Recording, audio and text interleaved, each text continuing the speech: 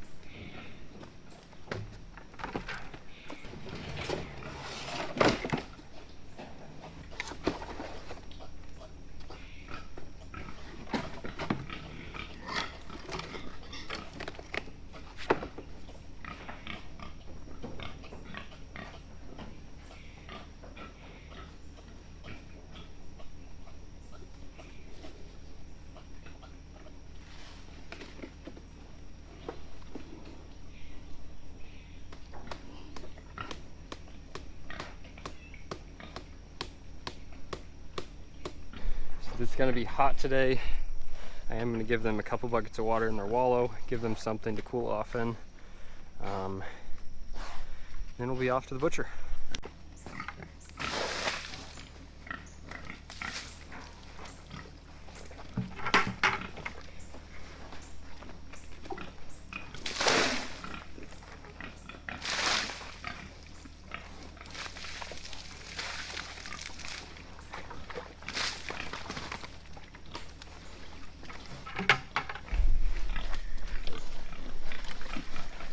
They're gonna enjoy that for a little while. I'll come back at noon probably and make sure they've got a little more, but it's supposed to be 101 degrees today, so it's gonna be a warm one. I'm glad I walked around here again. That could have been bad. All right, guys, the pigs are loaded here in the front. I gave them a nice little spray down to keep them cool. It's not a super long drive, but still, when it's 80 degrees out, you don't want them getting too warm. So, say goodbye to these two. They're off to the butcher. All right, so with those 2 pigs sold, we are now down to 5 pigs. Started out with 10, I've sold 5 in wholes or halves, and then I've got these 5 left, which I'm gonna try to sell live. I have butcher dates for them at the moment, but those are quite a ways off, so I'm gonna try to sell these live. We weighed her, she weighed 313, she weighed 303, she weighed 210, she weighed 345, I think. So this one and this one are definitely ready to butcher, and if I give them another month, I'm afraid they're gonna be too fatty, and yeah, so it'd be nice to sell these 2 either as breeding gilts or to be butchered for someone, but yeah, I don't know how it's gonna work.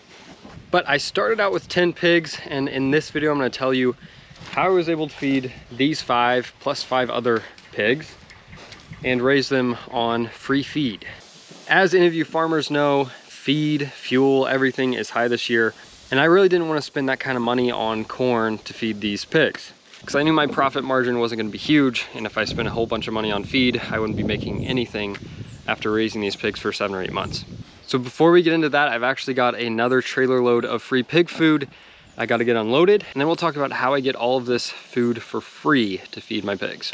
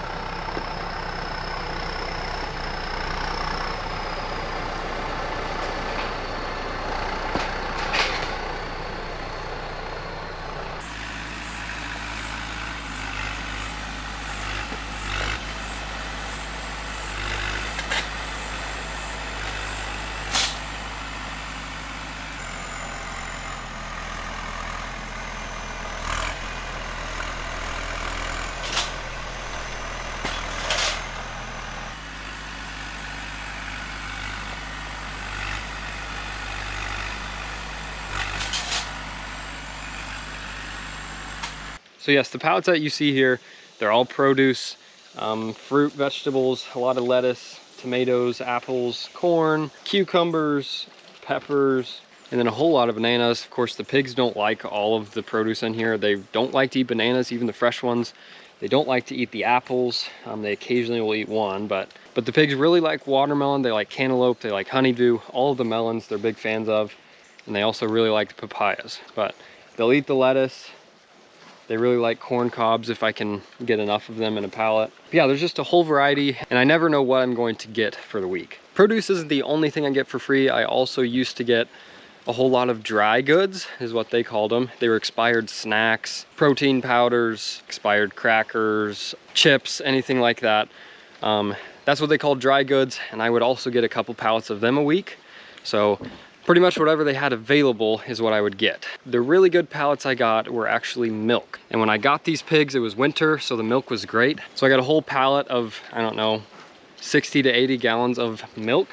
And it was frozen when I got it. Since it was winter, it took a long time to thaw out, and I could feed the milk for a couple weeks. And if you guys don't know, milk will grow pigs really quickly, and it also makes them really tender. So I wish I could get milk every week. And now that it's summer, it's kind of hard to keep milk good for that long. But milk was probably the best thing that I used to get. The other thing I used to get is a bunch of canned goods. These were also expired, or they were dented so bad they couldn't be sold. So we got thousands and thousands and thousands of cans. So we went to Goodwill, we bought 5 or 6 electric can openers for $2 a piece or something. And then we just come here in the evening, open, I don't know, 10, 15 gallons of canned food for these pigs. Now I kind of gotten away from that because it takes so many cans to feed bigger pigs like this.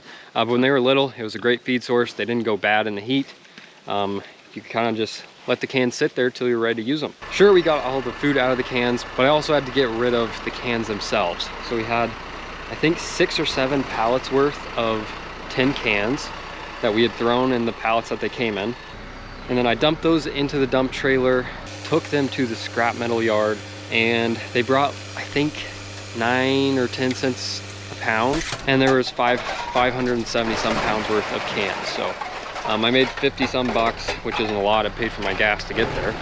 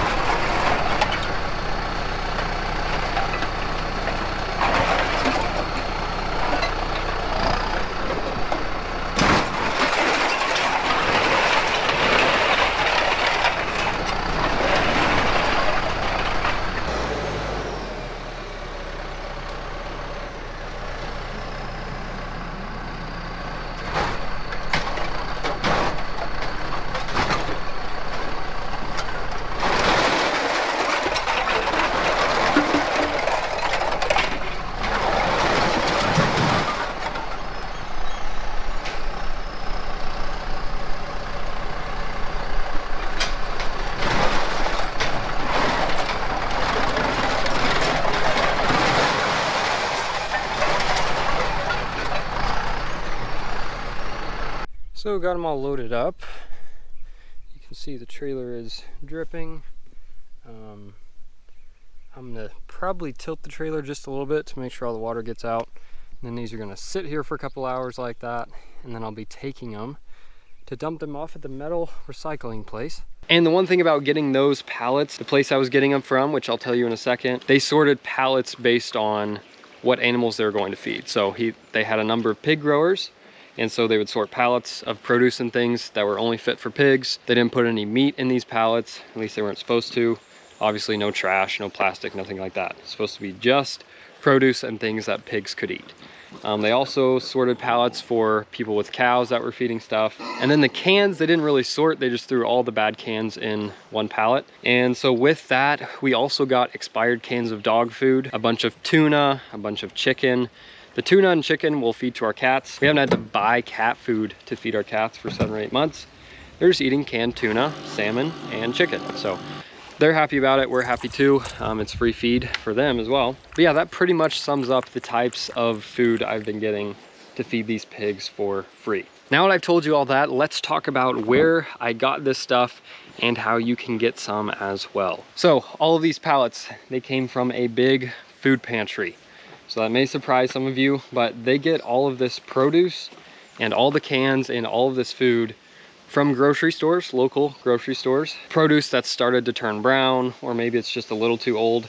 They can't sell it in their store, so they give it to the food pantry. The food pantry goes through all the food, what they are legally allowed to feed to people, they do, and what they aren't, which would be fruit and vegetables that are starting to rot or turn brown. They palletize all of those separately and they give them away to farmers so they can feed livestock. Since they operate on donations, they always said they're happy to donate whatever they can back to the farmers that donate to them. So not only do they get stuff from grocery stores, but local farmers that have farmers markets and things that they can't sell or don't get rid of when they would like, they'll take them in and give them away to the food pantry. So there's been a couple times I've been there. This one guy had a whole dump trailer load of sweet potatoes. He sold them at the farmer's market and he said, oh, these are just extras. So he brought a whole 10-foot dump trailer load worth of sweet potatoes. Anyway, really thankful for the food pantry. So if you're looking for a place to get free food like this, you might check your local food pantry, try to find the bigger food pantries because they would get volume like this. I'm not the only one picking up food from this pantry. I get about 4 pallets a week.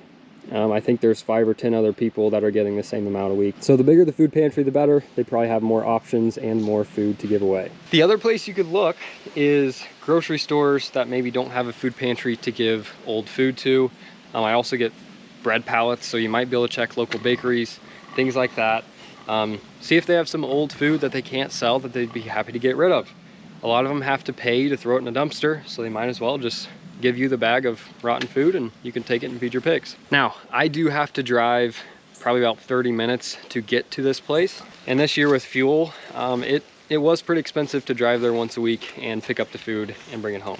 But maybe you work in town, you're able to just drive by, pick it up on your way home, you'll be good to go. But I did have to spend some money on gas to pick all these up. And with fuel prices being what they are, did I save a whole lot of money? Probably not a whole lot, but I did save some. And once again, it is a whole lot more work to scoop this stuff out and feed it to the pigs versus dumping a bag of corn in an auto feeder and letting the pigs feed themselves. It's also utilizing a waste stream that would otherwise go to a dumpster and then go into a landfill. But one disclaimer I should mention, don't go to restaurants asking for food that people have already eaten off of. There is a government regulation. You're not allowed to feed pigs food that has been touched by humans. So there's no food waste that you can feed pigs. If you do, you have to get some kind of permit, get inspected, and you have to boil all the food and cook it again. So restaurants aren't a good fit most of the time unless they have food that has not been touched or chewed on by people. So anyway, I'd recommend staying away from restaurants. Food pantries are a great place to go because people have not eaten off the food yet, so it is safe to feed to your pigs. Anyway, once again, hope this was helpful. Hope you guys enjoyed this one. If you guys have any more questions or comments about what this video was about, please leave those down below. I'll be sure to check those out and to respond if I can. And with that being said, thank you all for watching. I'll see you next time.